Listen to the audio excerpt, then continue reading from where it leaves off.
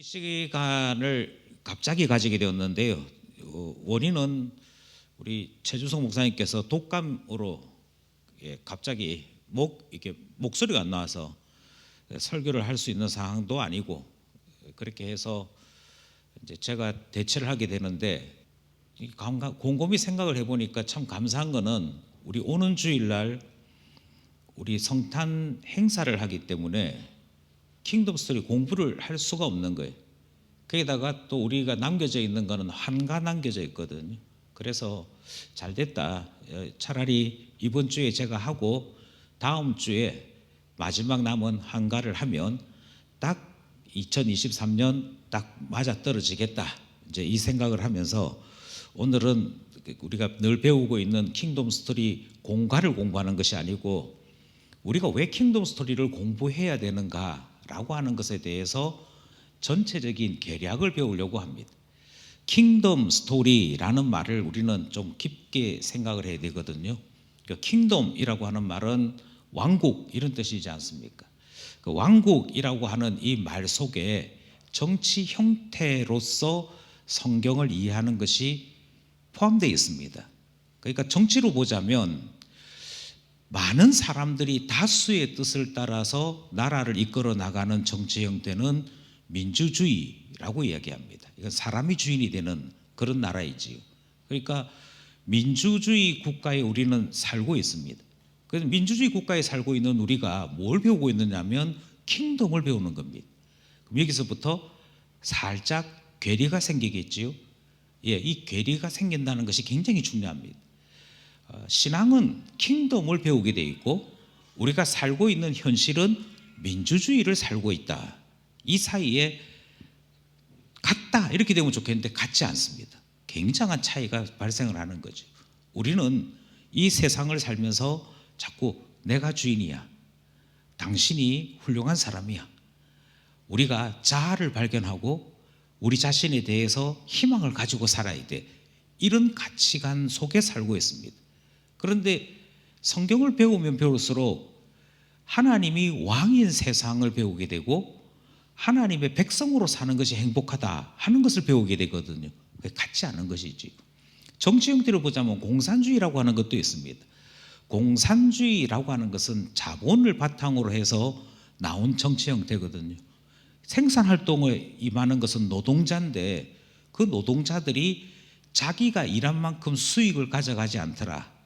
그리고 이 착취하는 이 계급들이 노동자들의 수고를 다 빼앗아 가니 일을 한 사람들이 자기 이익을 가져가는, 그래서 모두가 일하고 모두가 자기가 수고한 대로 자기의 이익을 찾아가자 하는 정치 형태가 공산주의입니다. 그런데 이 공산주의도 또 다른 형태의 민주주의와 같이 사람이 주인입니다. 내가 이랬으니 내가 주인이지, 이 생각을 가지고 출발했기 때문에 신앙이 말하는 킹덤하고도 맞지 않습니다. 그 왕이 다스리는 나라, 예를 들자면 태국 같은 나라는 그러면 성경에서 이야기하는 킹덤하고 같은 것이냐? 이것도 사실은 맞지 않죠. 왜냐하면 우리는 영원하신 한 분 하나님을 우리의 왕으로 고백합니다. 그런데 태국이라는 나라를 보든지 다른 왕정 국가를 보면 그 정치에 있다고 해서 하나님을 이해하는 건 아니거든요. 그러니 킹덤이라고 하는 말의 가장 본질적인 뜻은 하나님이 다스리는 나라, 이걸 한자로 얘기하자면 신정국가, 그것을 배우는 것이 킹덤 스토리의 목적이다, 그렇게 말씀드릴 수 있습니다. 그리고 우리는 그것을 성경이 전체적으로 이야기하는 주제라고 생각하는 겁니다. 왜냐하면 예수님께서 부활하셨어요. 부활하시고 난 다음에 제자들을 만나셨습니다. 제일 처음에는 예루살렘에서 만나셨고, 그런데 예루살렘에서 만났을 때는 여인들을 만나셨거든요. 그리고 제자들에게 가서 내가 갈릴리로 갈 테니 갈릴리에서 보자 하시고 갈릴리에서 만나십니다. 그리고 다시 또 예루살렘으로 내려오세요. 그리고 잘 아는 대로 예루살렘 가까운 감림산, 거기에서 성천하시게 되죠. 그 기간이 40일입니다. 부활하셔서 성천하시기까지 40일인데 이렇게 부활하신 예수님께서 그 40일 동안 제자들과 무슨 일을 했느냐? 사도행전 1장 3절이 이야기하기를 그때 예수님께서 제자들에게 집중적으로 한 가지를 가르쳤다. 집중적으로 한 가지 가르친 게 뭐냐면 하나님 나라의 일을 가르쳤다. 그러니까 예수님께서 집중하신 것도 하나님 나라, 성경이 우리에게 말하는 주제도 하나님 나라, 그것이 성경의 일맥상통하는 66권 전체를 광통하는 주제라고 생각하는 것입니다. 그것을 따라서 창세기부터 요한계시록까지 성경을 한번 쭉 찾아보자, 훑어보자, 그렇게 해서 출발한 것이 킹덤 스토리거든요. 그러니까 우리가 3년 동안 6학기 동안 성경을 쭉 배우고 난 다음에 이게 하나님 나라구나 하는 것을 이해해야 킹덤 스토리를 제대로 이해했다라고 말할 수 있다는 것입니다. 이제 이 점에서 우리는 다시 한 번 더 뭘 배우나 그러면 도대체 성경이 이야기하는 킹덤이라고 하는 것, 왕이 다스리는 나라라고 하는 것을 우리는 성경에서 어떻게 배우는가 하는 것을 복습도 하고 그것을 바탕으로 우리의 삶을 조명도 할 수 있어야겠다는 것이지요. 제일 처음 배운 것이 뭘 배웠냐면 에덴 동산부터 배웁니다. 에덴 동산은 가장 이상적인 킹덤입니다. 그걸 어떻게 배웠느냐? 먼저 하나님이 이미 왕으로 그곳에 계십니다. 그렇죠? 자, 여기서 잠깐 퀴즈 하나 내보겠습니다. 에덴 동산은 그 당시에 온 세상이었을까요? 아니면 그때도 에덴 동산 말고 다른 세상이 있었을까요? 있었다. 있었다가 정답이죠. 있었습니다. 다른 세상이 있는데 중요한 것은 하나님께서 아담을 에덴 동산에 두셨고 그 에덴 동산의 주인이신 하나님께서 에덴 동산 전부를 아담에게 맡기셨습니다. 그러니까 주인은 하나님이고 그 에덴 동산의 청지기로 있는 자가 누군가 하니 아담이었다는 것입니다. 그리고 하나님께서 말씀하시면 청지기인 아담은 그대로 순종합니다. 그러니까 왕으로서 그대로 실현된 곳이 어디냐? 그것이 바로 킹덤인 에덴 동산이었습니다. 여기에는 대리자 역할을 했던 청지기 역할을 했던 아담과 주인이신 하나님과 아담 사이의 갈등이라는 것이 전혀 존재하지 않습니다. 전혀 존재하지 않는다는 말은 하나님의 통치가 그대로 실현되는 곳, 그러니까 왕이신 하나님이 온전히 다스리는 곳으로서 에덴 동산이 존재합니다. 하나님이 그곳에 항상 계셨습니까? 그렇지도 않아요. 그래서 에덴 동산은 마치 어떤 곳과 같은 곳이냐면 성전에 하나님이 임하면 그곳에서 하나님을 만나 예배하듯이 아담도 하나님도 시간을 정하고 때를 정하여 만나는 장소가 에덴 동산이었습니다. 그래서 아담이 이렇게 막 죄로 말미암아서 도망다니고 이럴 때 하나님께서 에덴 동산에 나타나시고 거니셨다 하는 표현이 등장하고요. 하나님께서 에덴 동산에 계시지 않을 때도 있었습니다. 왜냐하면 맡겨주셨으니까. 온전히 하나님의 통치가 일어나는 곳이 에덴 동산이었는데 이곳에 와서 틈을 낸 자가 있었습니다. 그게 옛 뱀이라고 불리는 존재고 사탄이지요. 그 사탄이 아담에게 시험을 주는데 시험거리를 던지는데 시험거리의 내용이 무엇이었느냐? 그것은 왕이신 하나님을 전적으로 신뢰해야 되는 그곳에 하나님에 대한 의심을 던지는 것이 시험이었습니다. 하나님에 대해서 온전히 신뢰하지 못하도록 만들었던 것, 그게 시험이었거든. 그러다 보니 뱀이 미묘한 말로 시험을 합니다.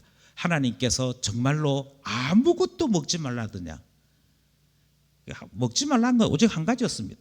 그런데 한 가지 먹지 말라는 것을 아담에게는 어떻게 말을 하느냐면 아무것도 먹지 말라 하더냐. 그리고 그 말 한마디에 아담과 하와의 마음이 흔들리기 시작합니다. 그때까지는 몰랐는데 그 말을 듣고 다시 보니까 그 선악을 알게 하는 나무의 과실이 보암직도 하고 먹음직도 했습니다. 그리고는 그만 사탄의 말에 넘어가서 맛을 봤더니 아이고 맛까지 좋네요. 이러면서 왕이신 하나님의 온전한 통치가 중단되는 일이 벌어지게 되지요.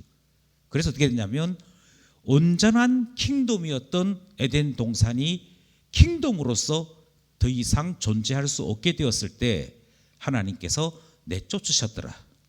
그리고 에덴 동산이 더 이상 훼손되지 않도록 죄 있는, 다르게 말씀드리면 하나님을 의심하는 자 인간은 접근하지 못하도록 쫓아내시는 사건이 벌어졌더라는 것입니다. 이것이 에덴 동산에서 우리가 보는 킹덤입니다. 하나님은 어떤 문제에 민감하셨느냐? 딱 한 가지 문제입니다. 너 과일 먹으라 했더니 시도 때도 없이 다 먹더라. 그것 때문에 흥분하신 적이 없으세요? 너 뱀의 이름을 지라 했더니, 모든 동물의 이름을 짓도록 했더니 네가 뭐 대장이라도 되는 듯이 저 말이 뭐고 말이 뭐 개가 뭐고 개, 이렇게 하나님께서 하시지도 않습니다. 맡기신 하나님은 모든 것을 다 맡기시고 아담이 뭐라고 이름을 짓든 그대로 이름으로 삼아주시는 일을 하십니다. 그러니까 그것 때문에 텀이 벌어진 게 아닙니다. 벌어진 이유는 한 가지입니다.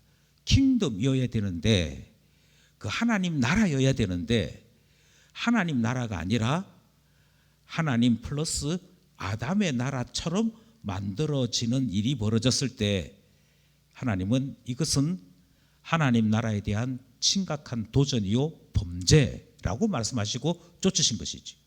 그러니 하나님의 관심이 하나님 나라에 있다 하는 사실을 에덴 동산에서부터 우리는 확인할 수 있습니다.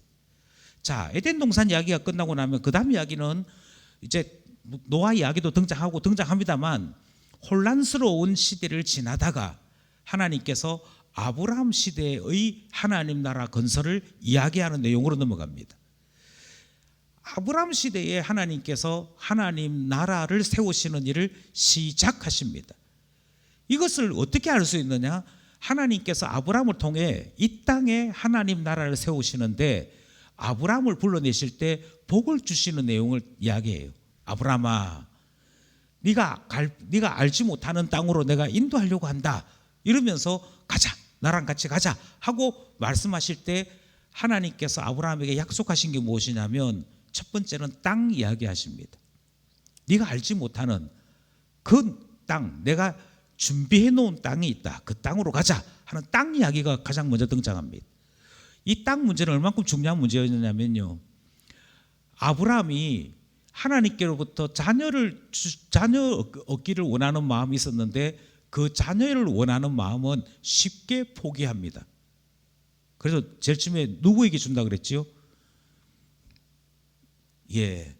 언제 배웠더라 헷갈리기 시작하는데 제일 처음에 누구한테 준다 그랬냐면 아브라함에게 종이 있었어요.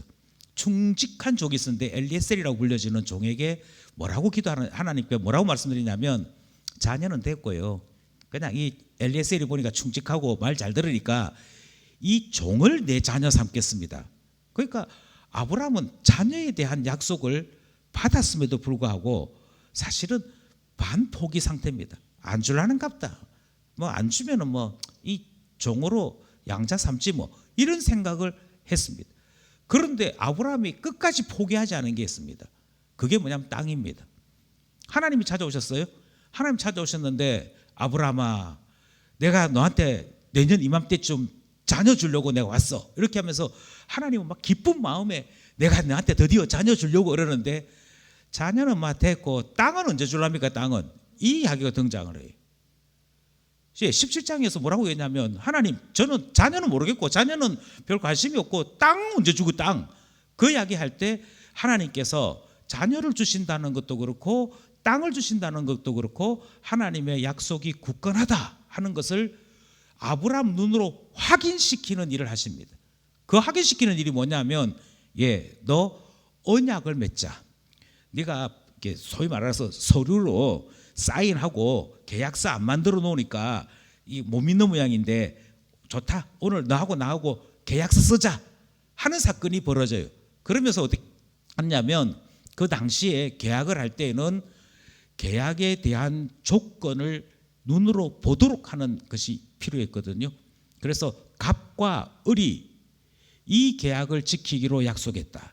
만약 이 계약을 지키지 않으면 우리는 하늘로부터 벌을 받는다 하는 것을 명시하기 위해 동물을 반으로 딱 쪼갭니다. 또 질문하기 이런 질문해요. 그 소가 있다고 하면 소 머리로부터 꼬리까지 이렇게 반으로 쪼갠 겁니까? 아니면 소 앞머리하고 꼬리 부분하고 사이에 이렇게 반으로 쪼개? 모르겠습니다. 어떻게 반쪽인지 모르겠는데 지옥의 묵시록이라는 영화에 보시면 그 지옥의 묵시록이라는 영화에서는 머리에서부터 반으로 딱 쪼갭니다. 예, 하여튼 뭐 그런 영화가 있었습니다. 아무튼 동물을 반으로 쪼개는 이유는 한 가지입니다. 언약을 지키지 않으면 어떻게 된다? 이렇게 된다. 그래서 그 동물 사체를 이렇게 딱 널어 놓습니다. 그러니까 한 마리를 잡아서 양쪽으로 널어 놓은 게 아니고요. 하나님께서 아브라함에게 소도 그렇고 양도 그렇고 심지어 비둘기는 반으로 쪼갤 크기 안 되니까 두 마리 잡아가지고 하나 여기 놓고 하나 여기 놓고 쭉 늘어놔라 그래요. 통로를 만드는 거죠. 그리고 난 다음에 밤이 되는데요. 통상적으로는 계약 당사자가 손을 잡고 그 길을 걸어갑니다. 이게 이제 예전 말로 하자면 그 시대에는 계약서 쓰는 거예요. 그러면서 자 약속했다. 만약에 너든 나든 약속 어기면 지금 여기 있는 요 꼬라지 되는 거다 하면서 지나가는 게 피로 맺은 언약식입니다. 그런데 거기에 누가 지나가신다? 하나님만 지나가십니다. 아브라함 필요 없고 하나님께서 불과 같이 임하여 횃불처럼 임하여 거기를 싹 지나가시는 것이 등장합니다. 이 말은 무슨 말이냐면 하나님께서 아브라함에게 약속한 것을 반드시 지킨다. 생명 걸고 지킨다. 그것을 아브라함 눈으로 보여주신 것입니다. 그 보여주실 때 아브라함에게 주신다고 했던 것들을 다시 환기시킵니다. 땅 주시겠다. 자녀 주시겠다. 너의 이름을 복되게 해주겠다. 이게 하나님 나라를 이루는 기본 요소입니다. 나라라고 이야기할 때는 제일 먼저 땅이 있어야 됩니다. 그 다음 거기에 살고 있는 백성들이 있어야 됩니다. 그 다음엔 주권이 있어야 됩니다. 그 나라의 나라로서의 권리를 이야기하는 권리, 주권이 있어야 됩니다.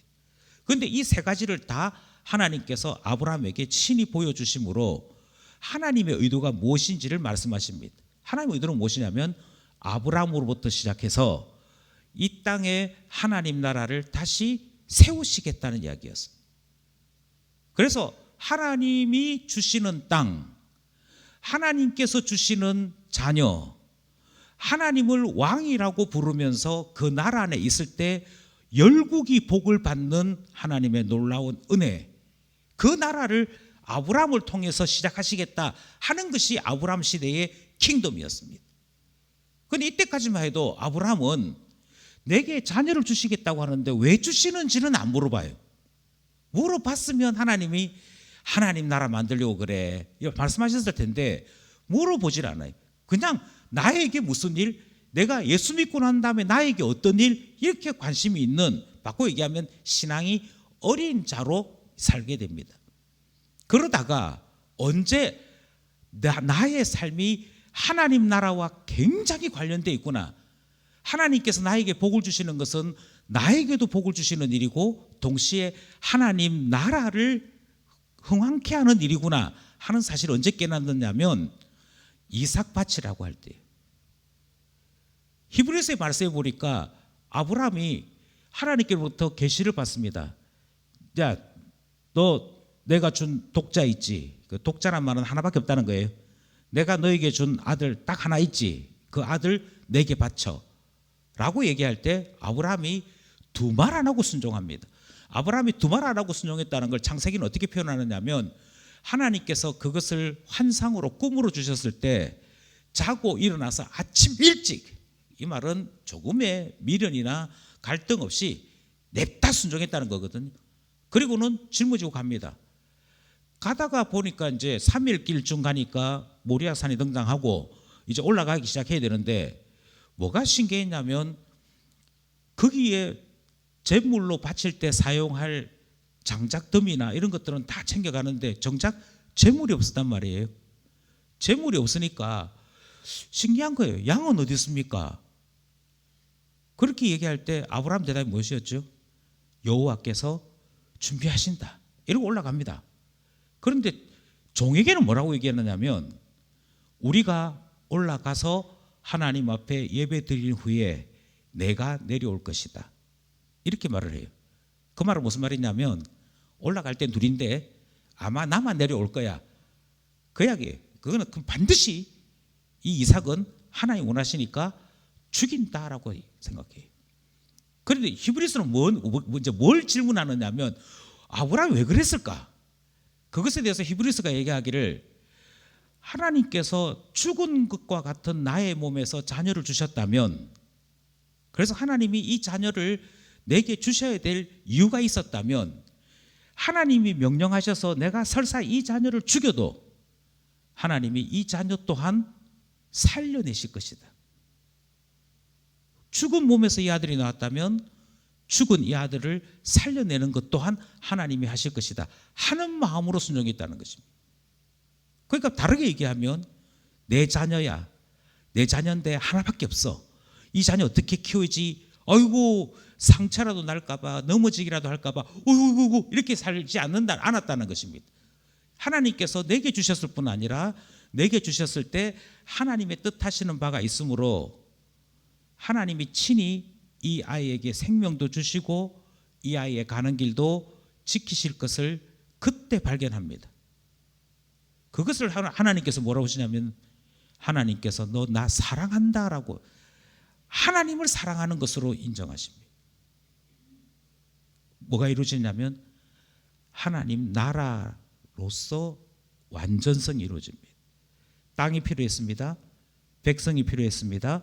하나님의 왕대심을 인정하는 주권이 그때 고백됩니다. 사나 죽으나 나의 주인은 하나님입니다. 그래서 하나님 나라 그때부터 출발하는 거예요.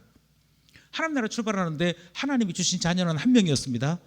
한 명인데 어떻게 나라가 될 수 있느냐? 그것에 대해 하나님은 아브라함에게 이렇게 얘기하십니다. 뭐라고 말씀하시냐면 너의 몸에서 난 자녀로 말미암아 열국이 복을 받게 될 것이다. 너로 말미암아 열국이 복을 받게 될 것이다. 그래서 이제부터 너의 이름을 아브람 하지 아니하고 아브라함이라고 하겠다.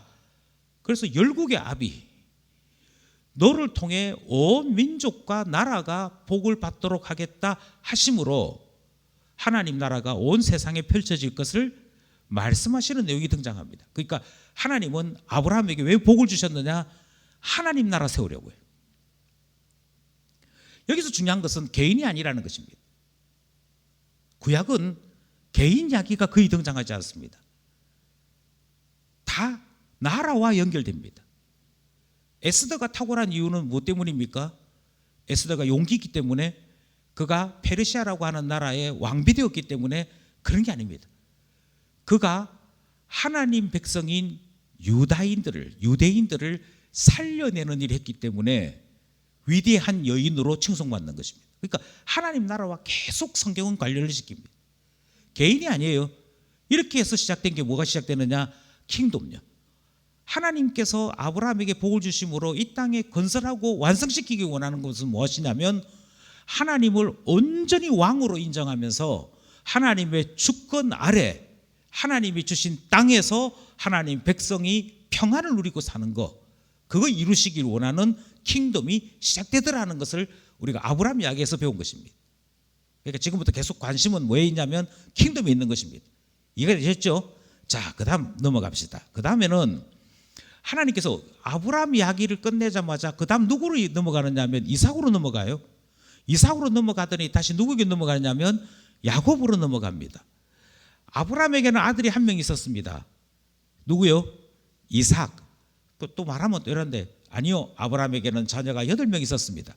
이 8명이 더 맞아요. 그렇죠? 이스마엘이 있었고 그두라에게서 6명의 자녀가 있었으니 핏줄로만 이야기하자면, 육체의 관계로만 이야기하자면 8명이 있는 게 맞습니다만 성경은 항상 한 명이라고 얘기합니다. 왜냐하면 언약의 자손은 한 사람뿐이기 때문입니다.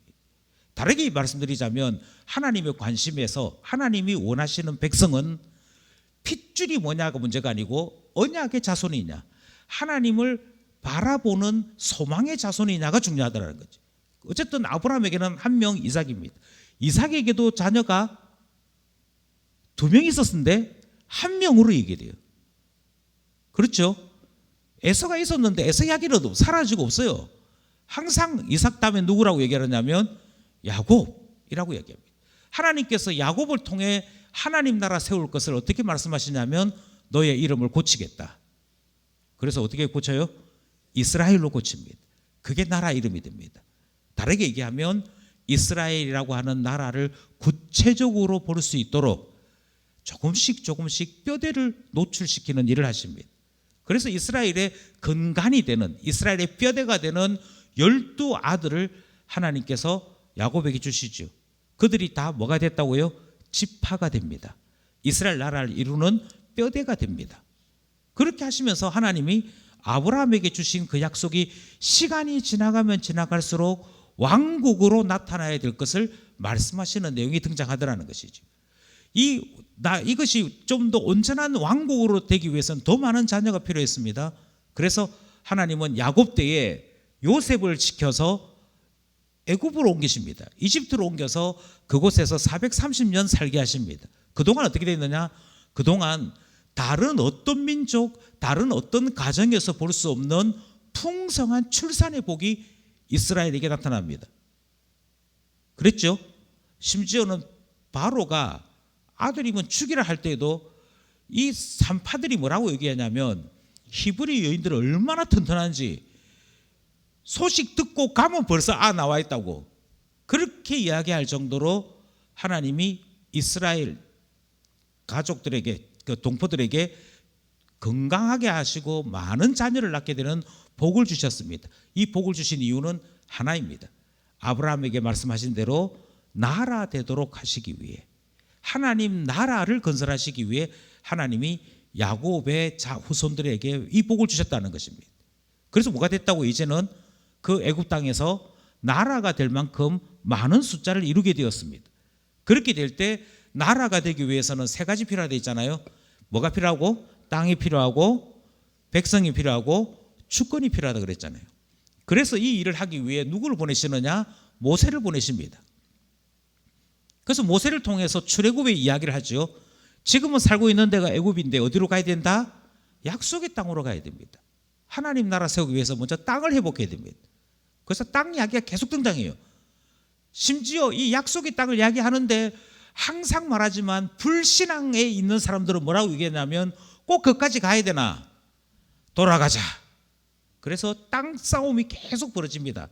어렵고 힘들지만 그 땅까지 가야 돼 하는 이야기하고 꼭 그 땅까지 가야 되나? 그냥 우리 돌아가자 하는 이야기가 계속 벌어지는 것은 겉으로는 모세의 리더십에 대한 이야기고 겉으로는 이 사람들 사이의 갈등과 싸움에 대한 이야기 같으나 실제적으로는 하나님 나라를 건설하는 일에 동참하느냐 아니면 방해하느냐의 싸움입니다.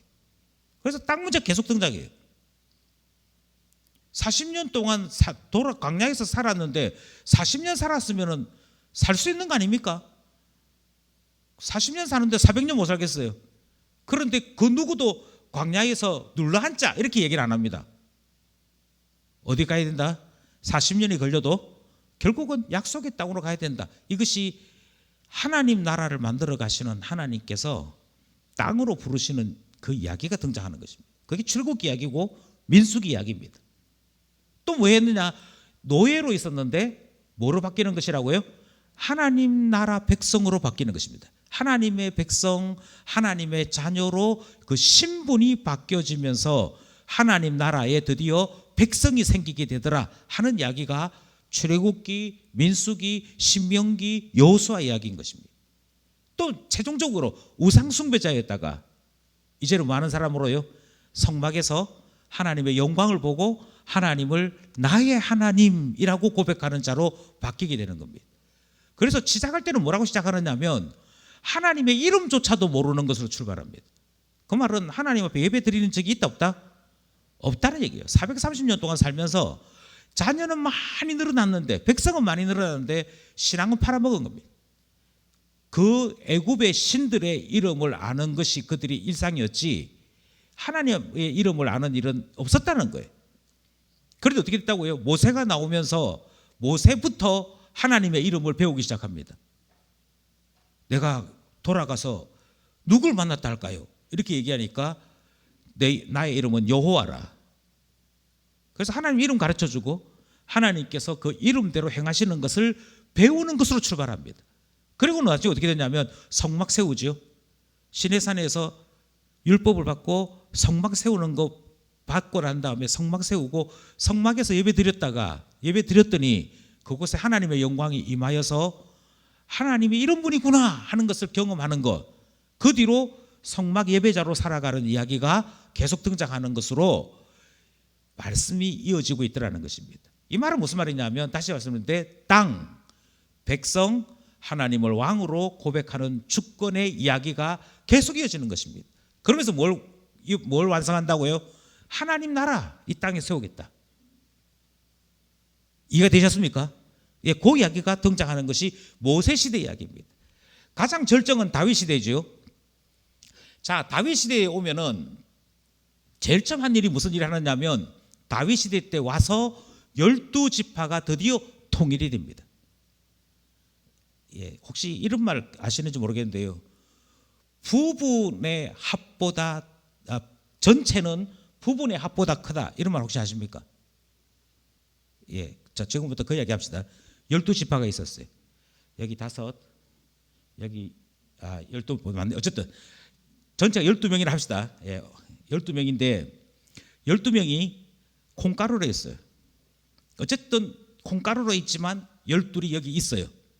그거는 이스라엘일까요, 아닐까요? 그건 이스라엘 아닙니다. 왜냐하면 다 있기는 다 있지만 하나이지는 않습니다. 그렇죠? 그래서 12이 있으면 12개의 생각이 있을 뿐이지 하나이지는 않습니다. 그러면 부분인 12개가 이 자리에 다 있다고 이스라엘 됐네 그러면 그렇게 하느냐? 그렇지 않다는 것입니다. 그거는 그냥 12개가 낱개로 있을 뿐이고 동강동강 나 있는 12조각이 있을 뿐이고 이스라엘 나라가 된 것은 아니다라고 하는 것입니다. 그럼 이 12개로 나눠져 있던 이 지파들을 나라로 불러 모았을 때가 언제냐? 하나로 만들었을 때가 언제냐? 그때 언제라고요? 그때가 다윗 때입니다. 그때가 통일 왕국이라고 불려지는 다윗 때 일어남으로 하나님이 주신 영토에서 12지파가 한 나라로 완성되는 일을 경험했을 때가 다윗 때입니다. 그 일을 하기 위해서 그동안 갈등도 많았어요. 사울의 가문도 있었고요.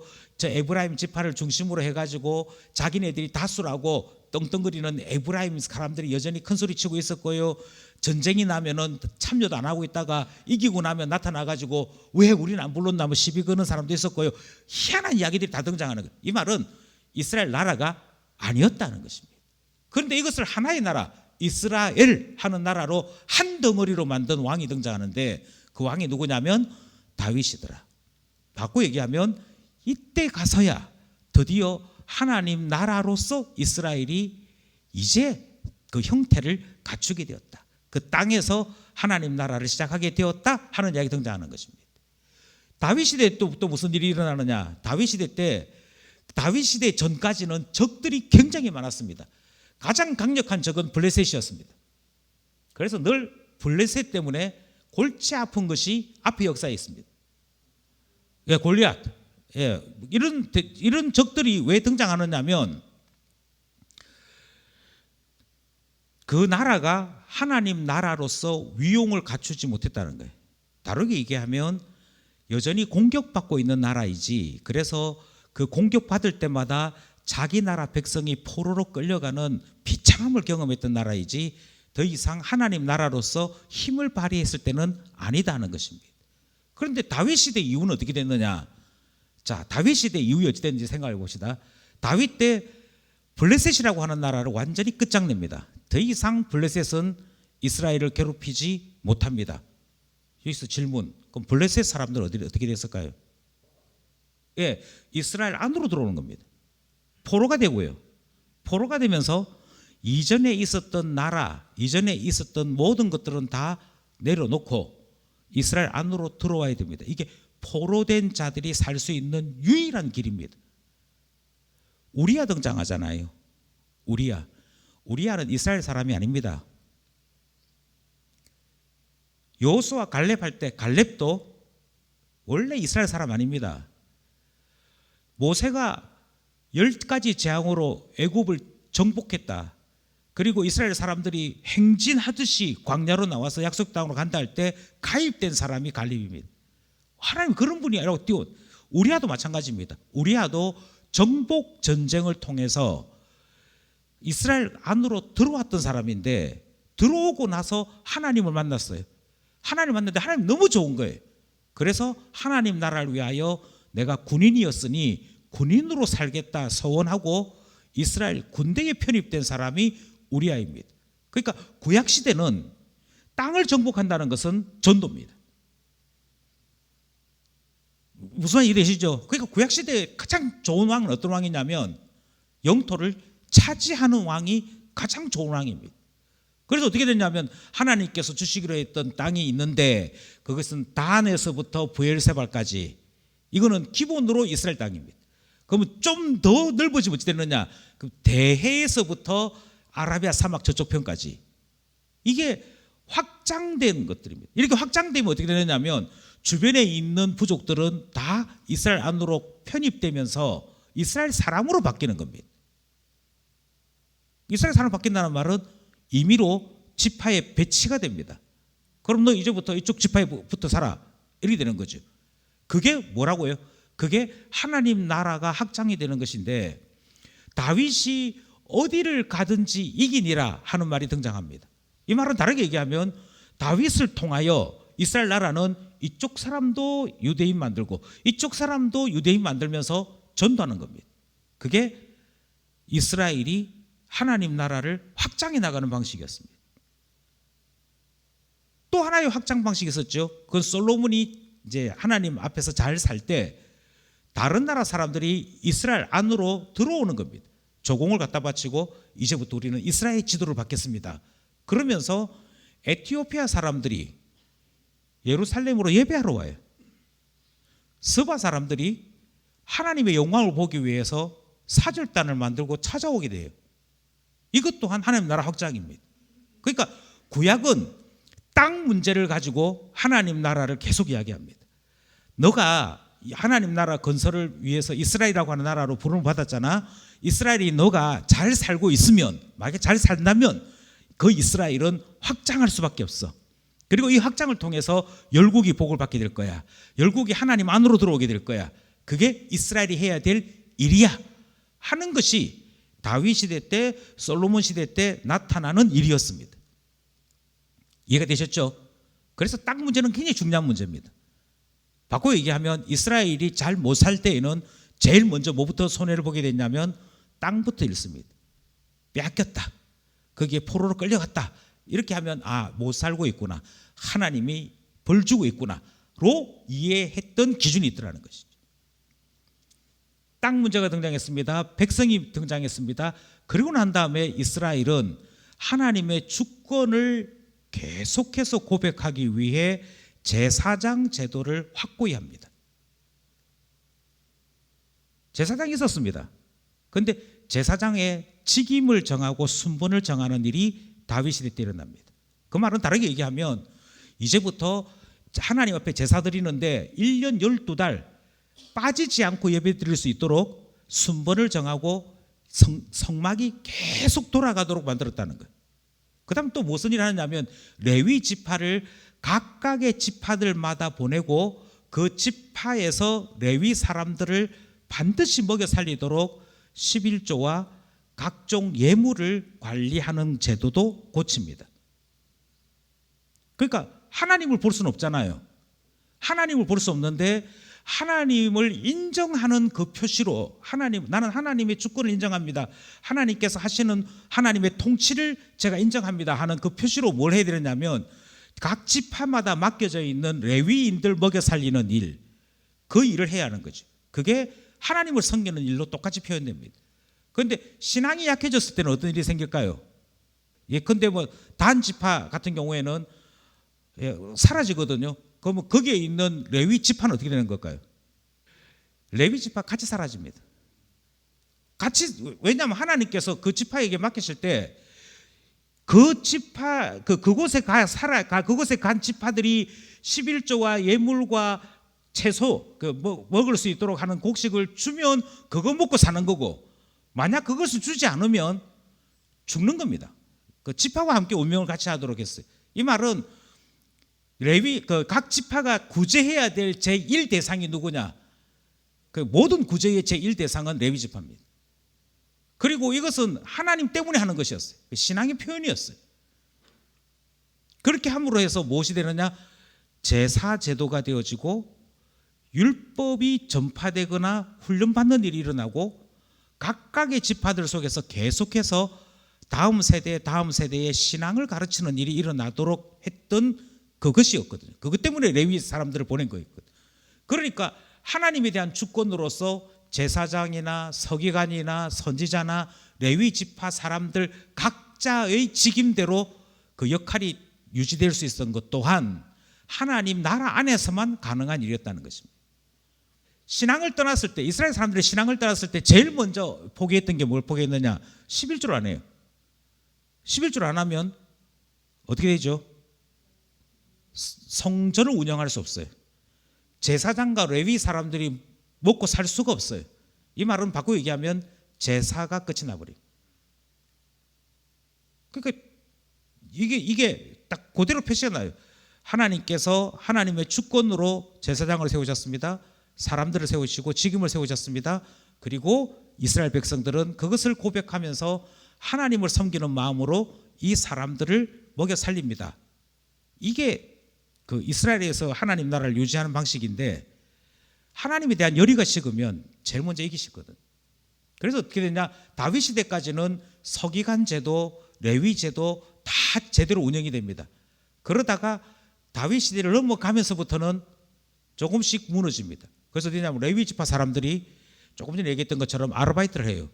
이 레위 지파 갖고는 먹고 살기 힘드니까 고리대금업합니다. 희한한 일이 막 벌어져요.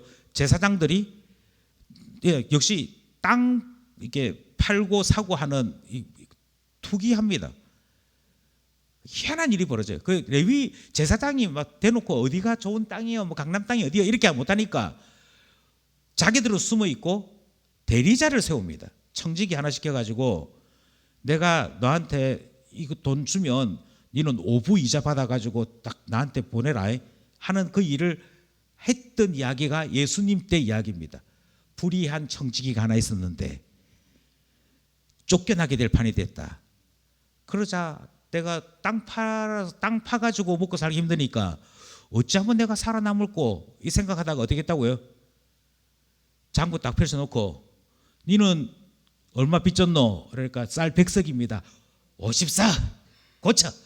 내가 나중에 우리 주인한테 잘리면 대신 네가 좀 책임 좀 져줘. 이런 이야기 할 때 예수님께서 뭐라고 얘기했냐면, 야, 불의한 자들이 이리 똑똑하다. 여기서 말하는 건 똑똑하다는 얘기하는 거예요. 똑똑 이렇게 머리 좋대. 그런데 교회 다니는 사람들은 머리 되게 나쁘대. 이야기가 등장을 해요. 무슨 말인지 아시겠죠? 그만큼 하나님 나라의 주권 아래에서 이스라엘 사회는 사회 구조를 가지고 있었습니다. 이 구조는 신앙에 대한 고백에서만 운영이 되는 이야기입니다. 자, 넘어갑시다. 분열시대에 왔어요. 분열시대에 왔더니 자, 어떻게 됐다고요? 아까 말한 그대로입니다. 땅은 줄어듭니다. 하나님 백성은 포로로 끌려가면서 자꾸 없어집니다. 하나님을 고백하고 하나님 앞에 예배드리던 예배자들이 우상 숭배자가 됩니다. 우상 숭배자가 아니라 할지라도 우상 숭배자의 손 아래 살아가게 됩니다. 그걸 가장 적나라하게 보여주는 것이 다니엘서입니다. 우상 숭배자, 그러니까 나는 하나님 섬기는데 너는 맥신의 후손이야. 이러면 이렇게 저 여러분 예 아벤느고 이런 마찬가지거든. 좋았겠습니까? 나는 하나님 섬기는 사람인데 하나님께서 금하신 음식은 입도 되기 싫다 이래가지고 금식을 선택했던 사람들인데 이름 너 우상 누구의 아들 해라 예 했겠습니까? 하고 싶은 생각 전혀 없지만 어떻게 됐다고요? 나라가 이미 무너져서 우상 숭배자의 지배 아래 있다 보니 그곳에서 나는 하나님 나라 백성입니다 이름조차도 내지 못하는 비참함이 있었던 것을 다니엘서가 설명합니다. 그와 같은 시대가 어떤 시대냐면 하나님 나라로서 살지 못했을 때 일어나는 불행함들입니다. 최종적으로 성전이 파괴되지요. 성전을 파괴하는 것은 하나님께서 더 이상 너희들의 예배를 받지 않겠다라고 하는 말도 되지만 더 이상 너희들은 하나님 나라가 아니다 하는 표시도 됩니다. 그래서 하나님의 성전을 파괴하십니다. 언제 또 성전이 파괴되지요? 예수님께서 예루살렘을 보시고 눈물을 흘리실 때, 그리고는 뭐라고 말씀하시냐면 너희가 보는 이 성이 이 위에 무너지리니 돌 위에 돌 하나 없이 다 무너진다. 역사적으로는 AD 70년에 로마의 공격으로 예루살렘이 완전히 초토화됩니다. 이걸 요한계시록에서는 하나님께서 이스라엘에게 내리시는 불의 날이다 이렇게 예언되어 있습니다. 그리고 마태복음에서는 혹시 그런 걸 볼 날이 있을 텐데 우상의 깃발, 우상이 거룩한 성전에 들어오는 것을 보거든 너희는 두말하지 말고 도망가라 하시는 말씀을 따라서 예루살렘에 있던 사람들이 로마의 공격이 있기 전에 로마 군단의 깃발이 성전에 먼저 꽂히거든요. 그 로마 군단의 깃발에 독수리가 있거나 그 돼지가 있거나 이렇게 그 우상의 그림이 있단 말이에요. 그걸 보고 맞아 예수님께서 피하라 하셨지. 그래서 예루살렘에 있던 교인들이 그날 밤에 다 피하는 사건이 있었습니다. 그래서 예루살렘 멸망당할 때 그리스도인들은 다 피했습니다. 왜 피했느냐? 마태복음이 그렇게 했으니까. 너희가 우상에 들어온 깃발이 거룩한 곳에 선 것을 보거든 피하라. 그것이 겨울이 되지 않도록, 그것이 안식일이 되지 않도록, 그것이 아이 뵌 여인이 해산하는 날이 되지 않도록 기도해라 할 정도로 경고를 한 날이었거든. 아무튼 성전을 파괴했다는 말은 더 이상 하나님 나라 아니다라고 하는 것을 얘기합니다. 그러면 이스라엘은 하나님 나라로서의 지위를 잃어버리는 것입니다. 최종적으로 누가 그 지위를 박탈시켰느냐? 예수님께서요. 예수님께서 더 이상 이스라엘은 하나님 나라가 아니다 하는 것입니다. 하나님 나라가 아닌 이유는 간단합니다. 세계 중에 무엇이 잘못되었기 때문이냐? 하나님 주권요. 하나님을 하나님이라고 고백하는 이 일을 게을리했을 때, 하나님을 하나님이라고 이렇게 따르는 일을 포기했을 때, 하나님께서 또한 이스라엘을 하나님 나라로서 더 이상 부르지 않는 일이 발생했더라. 그게 구약의 끝입니다. 이해가 되셨죠? 자, 그럼 이제 어디로 넘어가느냐? 예수님 시대로 넘어갑시다. 앞에서 구약에서 킹덤 스토리는 이스라엘 나라 자체가 하나님 나라로서 불려지던 나라였으니까 이해하기 쉬워요. 그런데 진짜 킹덤은 예수님께서 만드신 하나님 나라가 진짜 킹덤이거든요. 왜냐하면 그 킹덤의 참된 왕은 만왕의 왕이신 예수님이기 때문에. 그러면 예수님이 세우신 나라가 구약이 그토록 바라던 실체잖아요. 구약에 있던 이스라엘은 그림자와 같은 역할이고 모델 같은 나라이고, 실제적인 하나님 나라는 예수님이 세우신 하나님 나라가 실제란 말이에요. 그러면 복음서를 통해서 아, 이게 진짜 하나님 나라구나를 배워야 되는 거잖아요. 왜 예수님이 세운 나라만이 실체적인 하나님 나라이냐? 첫 번째로 예수님께서 모든 것을 예수 그리스도의 소유, 하나님의 소유로 선포하십니다. 요한계시록에 보니까 예수님 허벅지에 글자가 적혀 있대요. 혹시 그 글자가 뭔지 아십니까? 우리가 분명히 큐티했어요. 우리는 분명히 지난주까지 요한계시록 큐티했다니까요. 거기에 뭐라고 적혀 있냐면 만왕의 왕, 만주의 주라고 적혀 있습니다. 그러니까 여기다가 딱 문신을 딱 새기다, 글자를 딱 새기다. 딱 말 타고 지나갈 때 딱 보도록 할 때 만왕의 왕이시다. 예수 그리스도께서 죽으시고 부활하셔서 하나님 보좌 우편에 앉으실 때 보좌 중앙에 계신 우리 하나님, 성부 하나님께서 죽으시고 부활하셔서 승천하신 예수님에게 모든 영광을 되돌립니다. 그때 모든 영광을 되돌릴 때 뭐라고 되돌리냐면 모든 사람들의 무릎이 예수님 앞에 무릎 꿇게 될 것이다. 모든 만물이 예수 그리스도에게 굴복하게 될 것이다. 그래서 주라고 우리 하나님이 호칭하십니다. 주께서 내 보좌 우편에 앉으셨다. 이렇게 이야기해요. 그러니까 예수님께서 왕이신 것이 가장 뚜렷하게 등장하는 것이 복음서에서 등장합니다. 그가 다스리는 나라가 킹덤입니다. 왕이신 예수님이 다스리는 나라가 왕국이다. 그걸 누굴 보면서 하느냐? 예수님 보면서 합니다. 그리고는 그 예수님이 다스리는 영토가 어디서 어디까지냐라고 얘기할 때 모든 만물요. 그러면 하나님 나라는 어디에 있습니까? 이렇게 물을 때 우리는 뭐라고 얘기해야 됩니까? 에덴 동산 거기?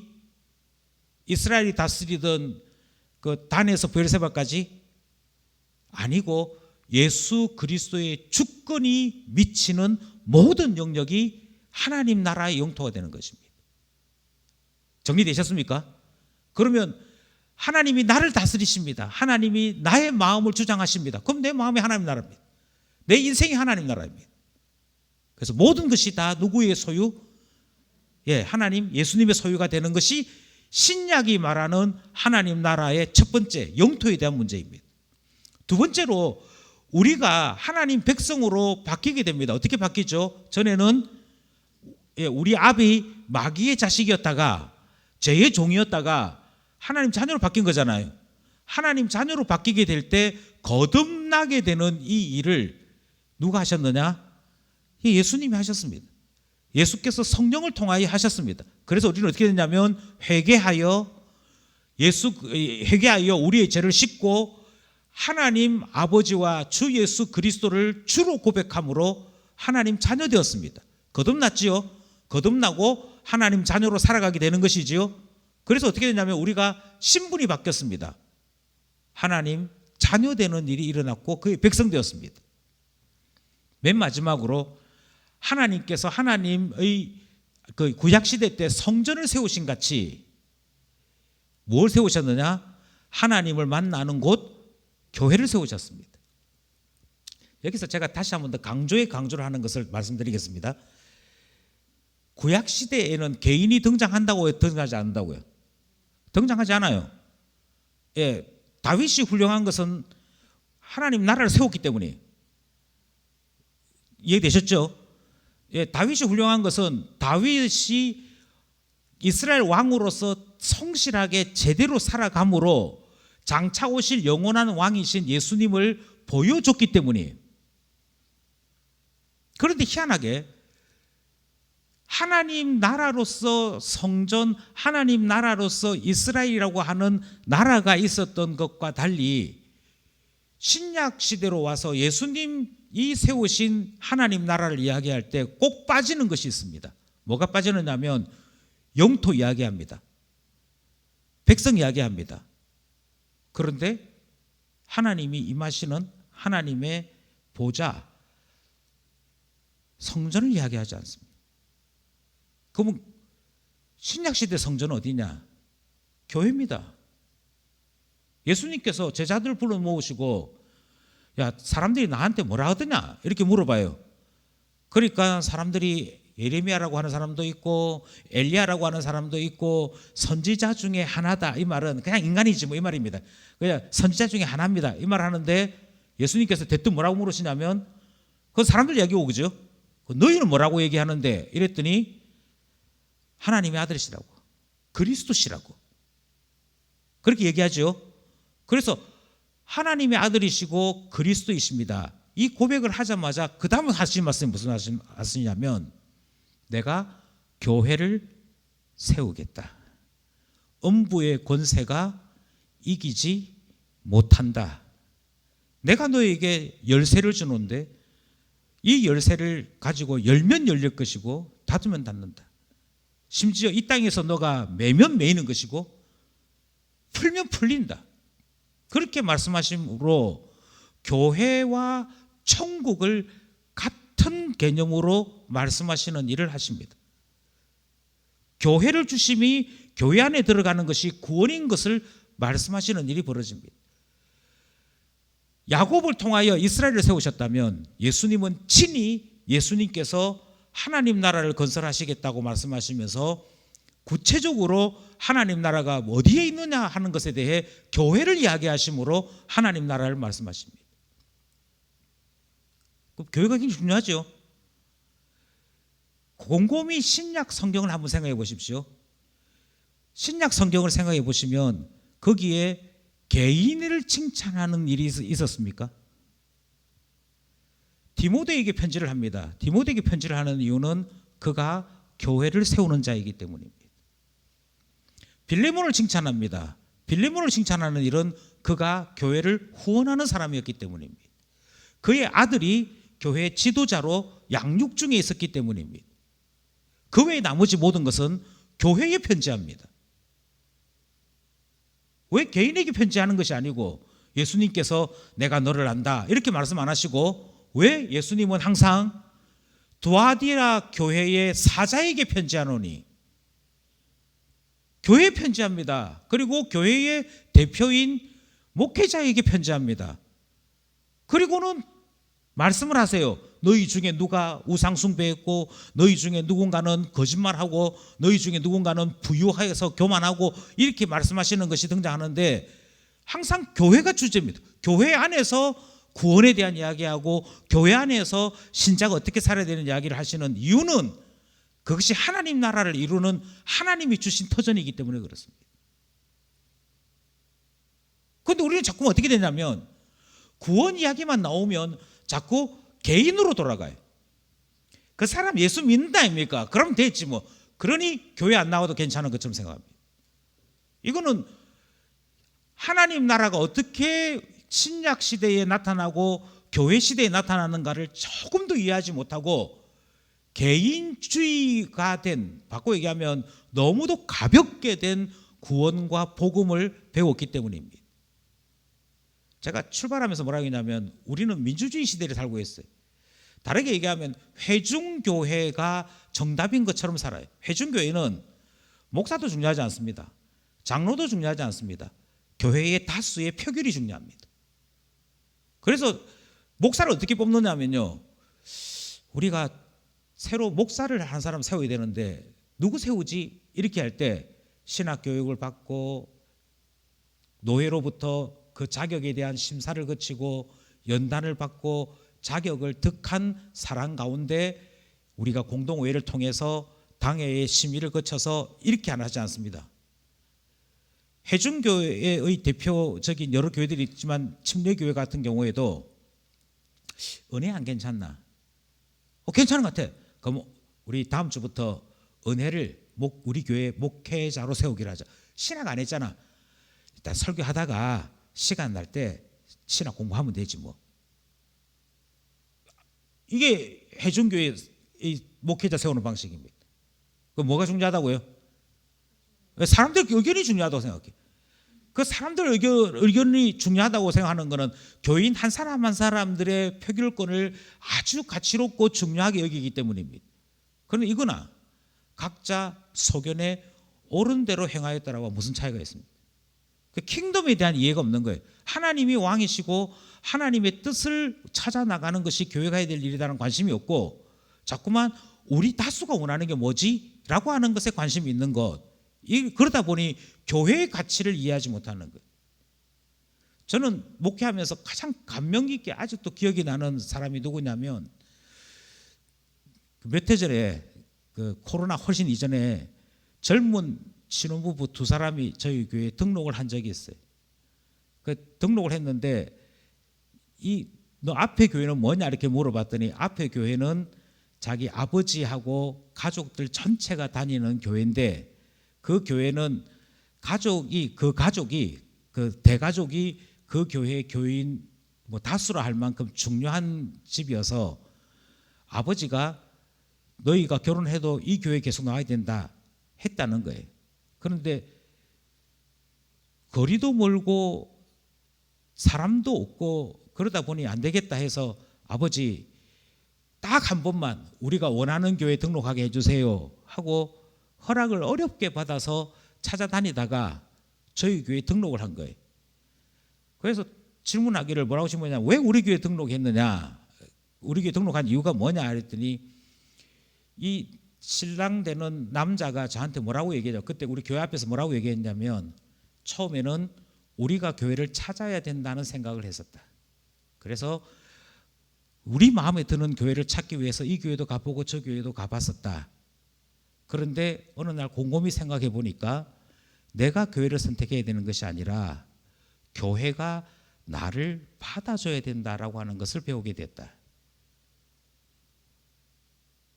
이 차이가요, 별것 아닌 것 같지만 하나님 나라를 이해하느냐 못하느냐의 차이입니다.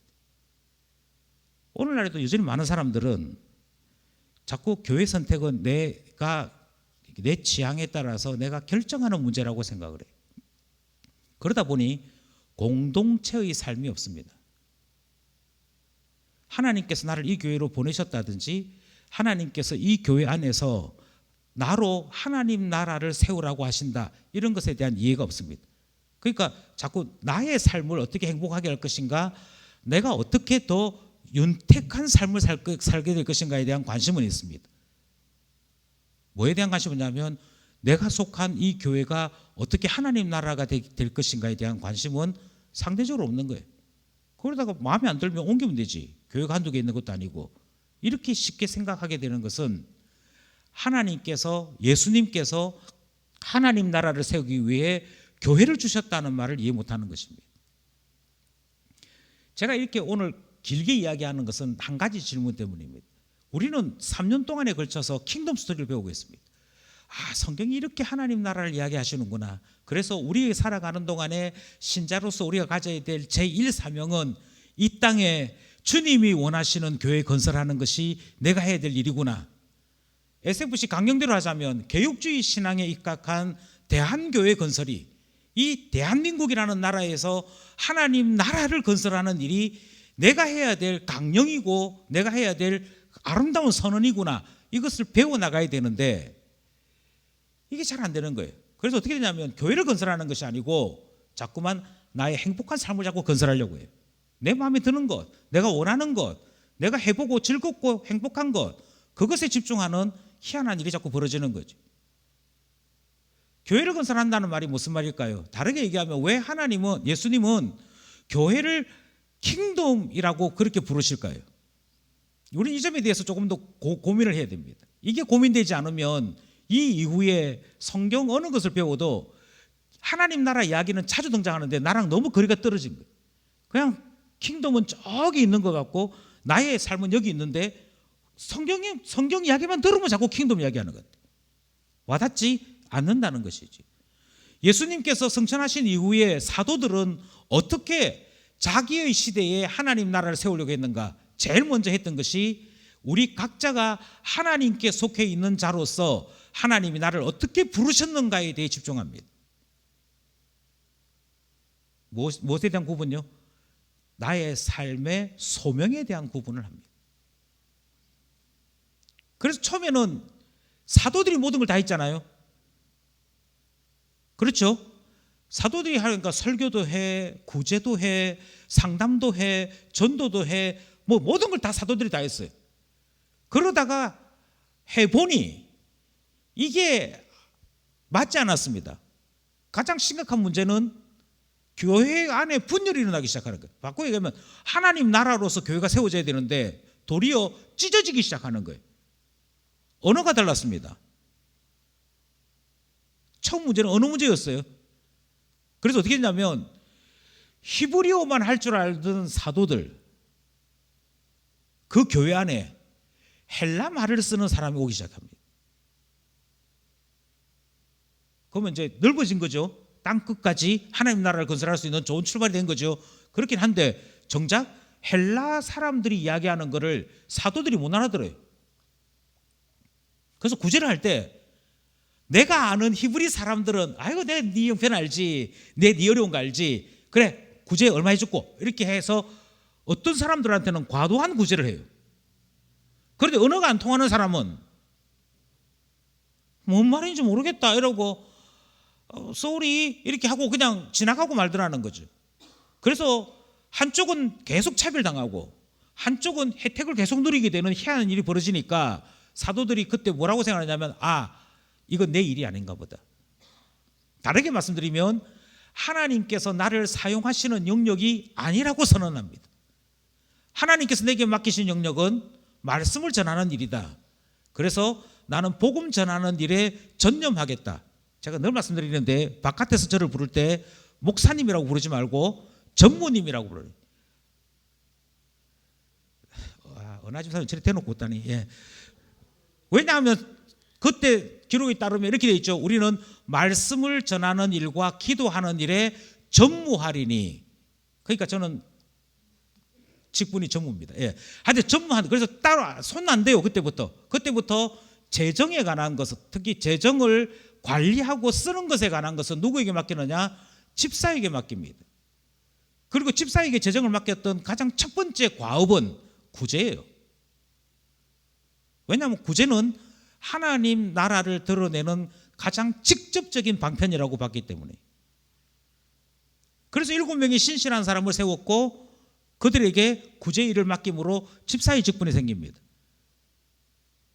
맞죠? 그래서 어떻게 했다고요? 그 뒤로 교회는 하나님께서 나를 넓고 넓은 하나님 나라 가운데 이 분야의 일로 나를 부르셨어 하는 것을 따라 하나님의 부르심에 집중합니다. 그것이 직분으로 나타나요. 직임으로 나타나요.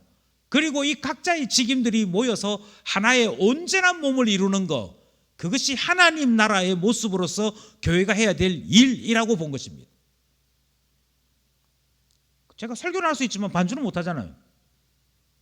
그 어떤 교회 가보니까 목사님이 찬양할 때 보니까 피아노 앞에 가 반주하고, 실제로 반주하고 다시 와가지고 이제 설교하겠습니다. 설교하고 뭐 이러는 분이 있더라고요. 1인 4역 5역 하시는 분이 있더라고요.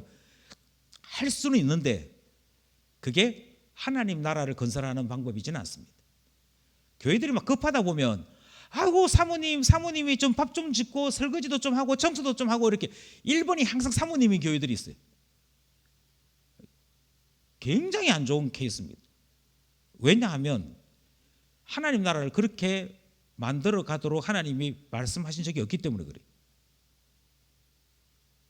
그냥 흔히 하는 이렇게 세상 논리를 따라서 교회에서 사례 주니까는 그것도 할 수 있지 뭐 이렇게 하는 것은 하나님이 교회를 어떤 교회를 세우기 원하실지를 전혀 이해를 못하는 거예요.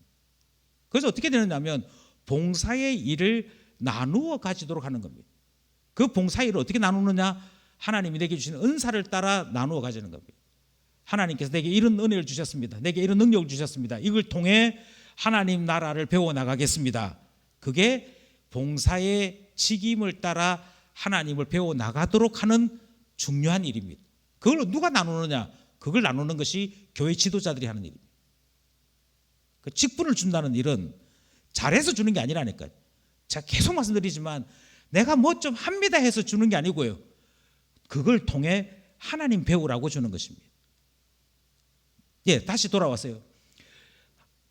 우리는 교회를 통해서 사도시대 이후에 교회를 통해서 뭘 배우느냐면 봉사함으로 하나님이 나를 다스리는 것을 배우고 동시에 세상을 다스리는 것을 배우면서 하나님 나라를 배웁니다. 그러면 하나님 나라가 나와 가까운지 뭔지를 어떻게 아느냐? 제일 첫 번째는 내가 어떤 부르심을 받았는지를 아는 거기서부터 하나님의 손길을 경험하게 됩니다. 하나님이 결혼하게 했었어요. 우리 가정 뭐 해야 되지? 하나님이 그 가정을 향해 어떤 부르심을 가지고 있는지를 깨닫는 가정이 쓰임받는 가정이 됩니다. 그걸 모르는데 어떻게 쓰임받을 수 있어요? 하나님께서 우리 교회에서 나를 왜 한 구성원이 되게 하셨을까? 이것 때문이구나. 그거 볼 수 있는 것이 하나님께 쓰임받는 일입니다. 남에게만 주어질 소명이 있다니까요. 부르심이 있다니까요. 그래서 그것이 또 연결돼야 돼요. 반드시 연결돼야 돼요. 어떤 봉사는 눈에 보이지 않습니다. 그런데 바울은 뭐라고 얘기하냐면 눈에 보이는 봉사보다도 보이지 않는 봉사가 더 중요하다. 보이는 것보다 보이지 않는 것이 훨씬 더 영적이고 귀한 것처럼 우리 신체에 보이는 부분보다도 보이지 않게 움직이는 기관이 훨씬 더 중요한 것처럼 사람들 눈에 보이지 아니하지만 일하는 그 봉사가 진짜 중요한 봉사이다. 그 이야기를 하죠. 그러면서 한 몸이 되는 것, 서로가 서로를 더 낫다라고 여기면서 하나가 되어져 가는 것이 하나님 나라로서 교회가 되어져 가는 과정이다라고 이야기하는 겁니다. 그 다음 중요한 것은 교인 한 사람 한 사람이 회개하여서 하나님 자녀로 바뀌는 변화가 있어야 됩니다. 교회에 와서 4주 새가족관 공부하고 새가족관 수료했으니 교인이다. 그거는 정말 말도 안 되는 이야기고요. 그냥 교회 안에 등록한 사람일 뿐이고 내가 참으로 하나님 나라 백성이냐는 것은 회개가 있었느냐, 거듭남이 있었느냐, 성령의 음성을 들을 줄 아느냐, 하나님을 나의 하나님, 나의 주로 고백함이 있느냐가 굉장히 중요한 문제입니다. 그것이 없다면 교인이지 교회 오는 사람이지 신자이지는 않습니다. 그래서 사도들은 가는 곳마다 뭘 하려고 했냐면 교회 세우기를 원합니다. 교회가 섰다는 것은 무슨 말이죠? 어떤 경우에 교회를 세웠다라고 할 수 있죠? 그곳에 주기적으로 예배드리는 사람이 있으면 교회 세웠다 이렇게 되는 겁니까? 아니고 거기에 있는 사람들이 교인으로서 지속적인 성장을 할 수 있도록 목사와 장로와 집사를 세울 때 교회를 세웠다라고 얘기하는 겁니다. 우리는 이 세 가지 직분을 뭐라고 부른다고요? 교회가 있으면 반드시 있어야 되는 직분, 항존직이라고 부르는 겁니다. 바울이 예루살렘으로 가면서 죽을 것 같아요. 가면은 잡혀서 순교할 것 같아요. 그래서 밀레도라고 하는 곳에 에베소 교회 장로님들을 청해요. 에베소로 바로 가면 되지만 에베소 교인들이 결코 바울을 예루살렘으로 보내줄 것 같지 않아요. 장로들하고 만나도 서로 울고 목을 끌어안고 그게 마지막인가 싶어서 그 부둣가에서 펑펑 울었는데 교인들은 뭐 다 하지 않겠습니까? 그래서 밀레도라고 하는 떨어진 곳에 불러서 작별 인사를 합니다. 그때 바울이 밀레도까지 찾아온 에베소 장로들에게 뭘 부탁하느냐 하면 반드시 교회에 이리가 올 것이다. 반드시 교회를 허물려고 하는 자들이 올 것이다. 그런데 너희들은 잘 감독해라. 설교자가 이리가 될 수도 있다. 그래서 그의 설교가 합당한지 아닌지 항상 살펴라. 교회 안에 교인들 간에 분열시키는 자가 올 수도 있다. 항상 살펴라. 그래서 교회를 지키는 것이 장로인 너희들의 일이다. 그 고면하고 죽으러 갑니다. 사도들이 어디를 가든지 교회를 세우려고 했던 이유, 그리고 그 교회를 보존하기 위해서 직분자를 세우고 그 직분자를 통해 고면했던 이유는 딱 한 가지입니다. 교회는 하나님 나라여야 하기 때문입니다. 교회를 통해서 하나님 나라가 완성이 되고 구현이 되고 그 안에서 회개의 변화를 겪으면서 점점 하나님 나라로 바꾸어져 가는 일이 일어나는 것이죠. 그러니 하나님 나라로 점점 다가서는 교회가 있고 하나님 나라로 다가서기는커녕 세상을 향해 달려가는 교회도 있다라고 하는 것을 우리는 기억해야 되는 것이죠. 정리되셨습니까? 이제 마지막으로 가십시다. 킹덤 스토리를 통해서 우리는 하나님 나라를 배우고 있습니다. 그리고 각각의 성경들이 어떻게 하나님 나라에 대해서 말씀하고 있는지를 배우는 것이 우리가 3년 6학기 동안 킹덤 스토리를 배우는 주된 내용입니다. 이걸 통해서 나 자신은 그러면 하나님 나라 안에 있는가? 나는 하나님 백성으로서 잘 살고 있는가? 라고 하는 것을 어떻게 점검할 수 있느냐? 제일 먼저 나는 하나님의 청지기로서 하나님께서 나의 삶에 주도권을 내어주시고 나에게 권위와 권한을 주심으로 맡겨주셨음을 기억하면서 청지기로서의 나의 삶을 건설하고 있는가를 생각하셔야 됩니다. 예, 이 땅에 있는 모든 것은 다 사라질 겁니다. 심지어 내 아들이었어, 내 엄마였어, 내 아빠였어, 이것도 다 사라질 날이 있을 것입니다. 언젠가 우리가 주님 앞에 다시 눈뜨게 될 그때는 남편과 아내로 서지 않는다고 성경이 말씀하고 있죠. 더 이상 그곳에는 장가가고 시집 가는 일 없습니다. 그렇죠. 우리가 변화되어서 남자와 여자로 되는 것이 아니고 온전한 주의 몸을 입게 되는 그날에는 굳이 이게 결혼 뭐 이런 것들이 필요치도 않는 상태가 될 것 같습니다. 그러니 그것이 중요하지 않다는 거예요. 그런데 뭐는 남느냐면 내가 청지기로 살았는가 아닌가에 대한 나의 삶은 남아있는 거죠. 하나님께서 나를 이 세상에 보낸 이유를 발견하시느냐고요. 하나님께서 내게 어떤 능력을 주셨다면 그 능력을 통하여 뭘 하기 원하시는지를 발견하시느냐고요.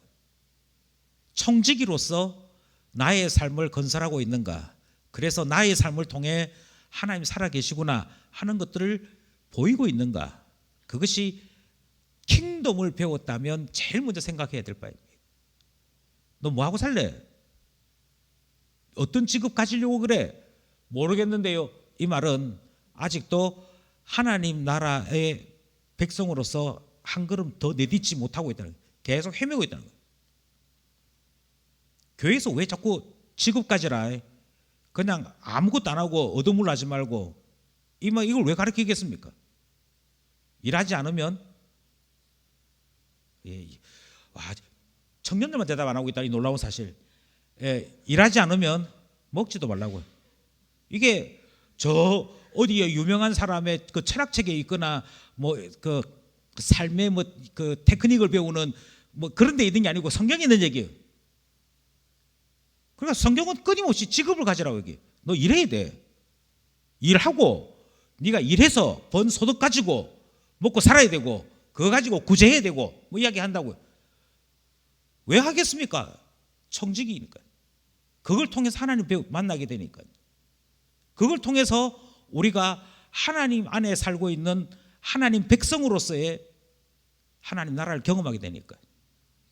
그러니 계속 말씀드리는데, 다윗 왕을 바라보시면서 저 사람은 저래 살아 좋겠네 이렇게 하지 마시고, 그가 정치인이었다는 것, 그가 군인이었다는 것, 그가 한 시대의 무거운 인생의 짐을 짊어진 대표자였다는 걸 생각하시면서 나 또한 똑같은 이 시대의 다윗일 수 있음을 같이 바라볼 수 있어야 됩니다. 첫 번째, 청지기로서의 나의 삶이 보여지는가? 반드시 1인자여야 된다는 얘기는 아닙니다. 2인자일 수 있습니다. 누군가를 도와주는 사람. 그것이 중요할 수 있습니다. 왜냐하면 계속 말씀드리지만 단독자로 사는 것이 아니고 하나님 우리를 연합해서 살도록 하셨으니 누구와 함께 살아가는 소명도 있을 것입니다. 그게 부부에게서 나타나야 되는 거죠. 돕는 자로서의 그 가치를 같이 이해하는 것이 필요합니다. 직업이 같아야 될 필요는 없지만 내 남편은 하나님 앞에 이런 부름을 받았어. 그래서 내가 기도할 때마다 남편을 위해, 이 점을 위해 기도해. 이게 보여야 하나된 그 연합된 부부로서의 그 가치가 나오는 것이죠. 몰라 우리 남편 뭐하고 어째 사는가 이러는 거는 진짜 심각한 문제라니까. 두 번째, 거룩한 하나님 백성으로서 하나님의 주권을 고백하는 자로 살아가는 것, 이걸 항상 기억하는 거죠. 내 삶의 주인은 누구시다? 하나님이십니다. 그리고 하나님을 기뻐하는 것이 내 인생에서 발견해야 될 최고의 즐거움입니다. 이게 중요합니다. 제가 지난번에도 말씀드렸는데 부교육자 세미나 했거든요. 부교육자 세미나를 하는데 우리 노회 안에 있는 부교육자들을 전부 다 소집시켰습니다. 전부 다 소집시켜서 40분 특강한다. 그리고 밥을 먹는다. 밥은 오리구이를 사줄 거다. 그리고 여비로 돈을 좀 줄 거다. 그러니 우리 노예 안에 있는 모든 부교육자들은 다시 밥 이렇게 했습니다. 몇 명 참석했느냐? 10명 참석했습니다. 10명밖에 없느냐? 아니요, 훨씬 더 많습니다. 10명 참석했습니다. 그러니까 주최했던 백경대 목사님이 저한테 목사님 죄송해요. 특강은 못하거나 했는데 10명밖에 안 왔네요. 우리가 홍보도 하고 연락도 하고 그렇게 해서 뭐 최소 아무리 안 와도 20명을 오리라 생각했는데 그거 반토막 그 중에 2명은 한 명은 최주성 목사고 뭐 그한테 뭐 그래 안 올 수 없는 사람들이고 미안해 죽겠다는 거예요. 제가 뭐라고 얘기했냐면 미안해하지 말아라고. 안 오면 지 손해지. 뭐 한다고 그대가 미안할 거냐면서 나중에 이때 좋았다는 소식을 듣고 땅을 치고 후회하게 될 거라고. 그대가 미안하지 말라고. 그리고 제가 그 앞에 있는 10명, 그 10명 중에 얼마나 웃기냐면, 공항제일교회라는 교회가 있는데, 공항제일교회는 목사님 혼자 이제 있다 보니까는 목사님이 와야 되는 거예요. 그런데 목사님 와야 되는데 자기가 다른 일하고 겹쳐가지고 도무지 시간이 안 나서 사모님을 대신 보낸 거예요. 그리고 교육자들이 앉아 있어야 되는데 사모님 앉아 있고 전도사님 온 교회 됐더라고. 목사님이 가라던데 이러고 왔더라고요. 40분 강의를 하고 난 다음에 그 40분 강의의 주된 내용이 무엇이냐면, 어떻게 나의 삶을 청지기로서 온전하게 만들어 나갈 것인가, 이거를 구체적으로 A에서부터 G까지 어떻게 하나하나 만들어 나가는 그 과정, 그 계획을 세우고 진행해 나가는 과정에 대한 설명을 했거든요.